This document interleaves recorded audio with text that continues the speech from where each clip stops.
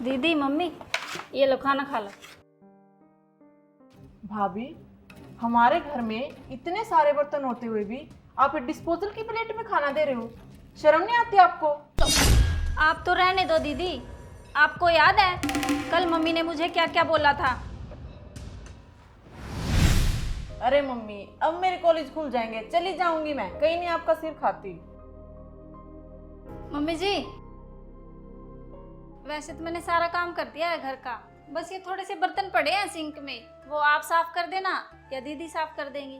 बहू मेरी बात सुन, तू नौकरी कर चाहे ना कर, काम तुझे ही करना होगा, ये काम तेरा ही है। तो फिर ऐसा है मम्मी जी, जब घर का काम आप नहीं करोगे तो फिर घर का काम करने के लिए एक काम वाली लगा दो। बहू एक बात कान खोल कर सुन ले, इस घर में कोई काम वाली नहीं आएगी। तो फिर मम्मी जी मैं भी एक इंसान हूँ, सुबह ऑफिस में जाती हूँ, पूरा दिन ऑफिस में काम करती हूँ और जब हार थक कर घर पे आती हूँ ना तो ये सिंक में सुबह से शाम तक पड़े हुए बर्तन मेरा वेट करते हैं कि कब बहू रानी आएगी और इनको आके साफ करेगी। भाभी, क्यों बेफालतू में मम्मी से बहस कर रहे हो आप? जब आपको पता था कि घर में काम वाली नहीं है तो क्या जरूरत थी आपको बाहर जाके नौकरी करने की? और रही बात घर के काम करने की, तो घर का काम तो घर की बहू ही करेंगी ना, कोई बाहर से तो नहीं आएगा ना घर का काम करने। पर दीदी मैं आपको सारे बर्तन साफ करने के लिए नहीं बोल रही हूँ, पर जिसमें आप खाना खाते हो वो बर्तन तो आप साफ ही कर सकते हो ना। अच्छा बहू, तू अब क्या चाहती है कि हम अपने बर्तन खुद धोएं? इस घर में कोई काम वाली नहीं आएगी, मैंने कह दिया तो कह दिया। ठीक है मम्मी जी, अब आप मेरा दर्द नहीं समझोगे, कोई बात नहीं, मैं जा रही हूँ ऑफिस, मैं पहले ही लेट हो रही हूँ।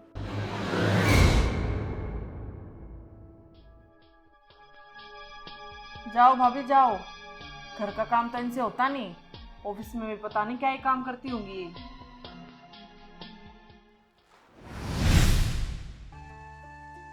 तो दीदी अब से ना आपको इन डिस्पोजल की प्लेट में खाना पड़ेगा, इनमें एडजस्ट करना सीखो अब।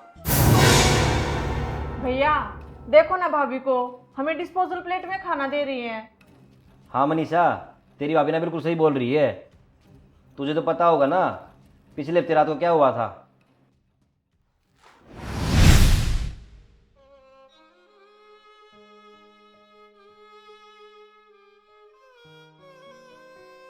आज तो ऑफिस से आने में लेट हो गई, अब तक किसी ने खाना भी नहीं खाया है।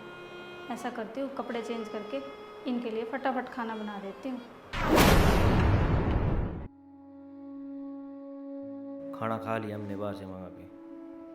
चलो आज तो इन्होंने टाइम से खाना खा लिया, पिछली बार तो मैं लेट हो गई थी, खाना बनाते बनाते और बर्तन साफ करते करते 1 बज गया था।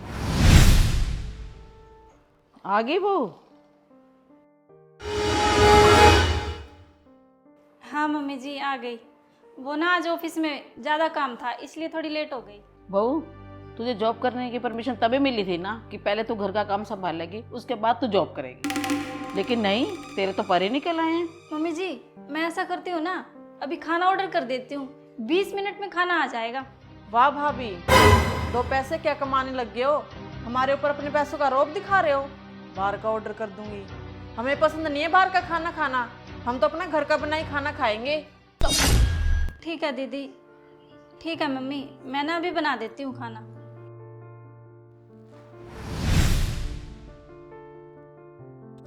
अच्छा आज खाना बाहर से मंगाया गया है, घर पे नहीं बनाया, और घर के बर्तन यूज किए हैं। कोई काम नहीं था ना बहू को बताने के लिए, इसलिए घर के सारे बर्तन गंदे कर दिए हैं, आके बहू कर लेगी साफ। चलो कोई नहीं, अब बर्तन साफ कर देती हूँ।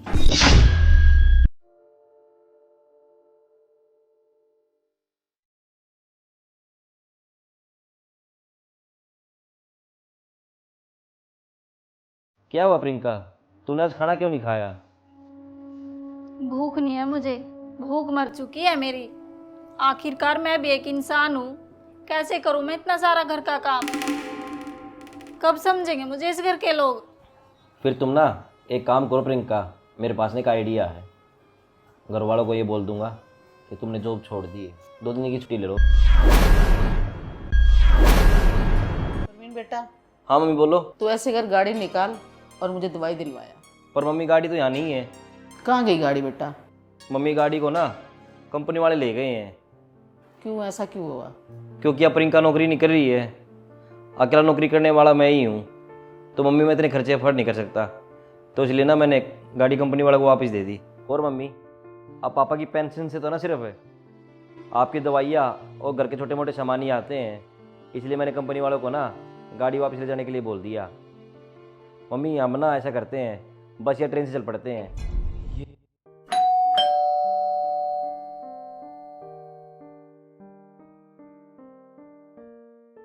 हाँ जी भैया। मैम आपका कोरियर कितने पैसे हो गए भैया? 1500 रुपये हो गए। भैया कोरियर वाला आया है, 1500 रुपये चाहिए, मैंने सूट ऑर्डर किया था। बहन ऑर्डर करने से पहले पूछ तो लेती, और जब तेरे पास इतने सारे सूट रखे हुए पहले से ही, तो नया सूट ऑर्डर करने की क्या ज़रूरत थी? भैया अब ऐसा क्या हो गया? पहले तो आपने कभी मना नहीं किया मुझे पैसों के लिए। मेरी बात सुन बहन, पहले ना मैं अकेला नहीं कमा रहा था, मेरे साथ में तेरी भाभी मिलके कमा रही थी, इसलिए घर का गुजारा चल रहा था। तो अब मेरे पास इतने पैसे नहीं है। भैया मैं नहीं ले सकती ये, अभी मेरे पास पैसे नहीं है। मैम ये वापसी तो नहीं होगा, आप एक काम करना, इसको रिटर्न कर देना। ठीक है भैया।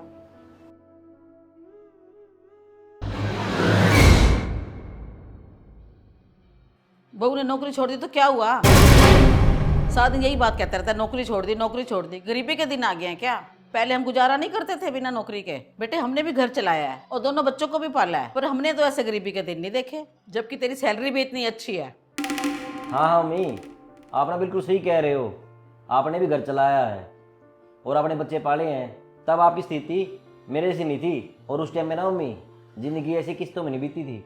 मम्मी उस टाइम ना हमारे पास ना तो स्कूटी थी, ना बाइक थी, ना फ्लैट था, ना गाड़ी थी, उस टाइम कोई भी सुविधा नहीं थी मम्मी। हाँ मगर सुकून तो था।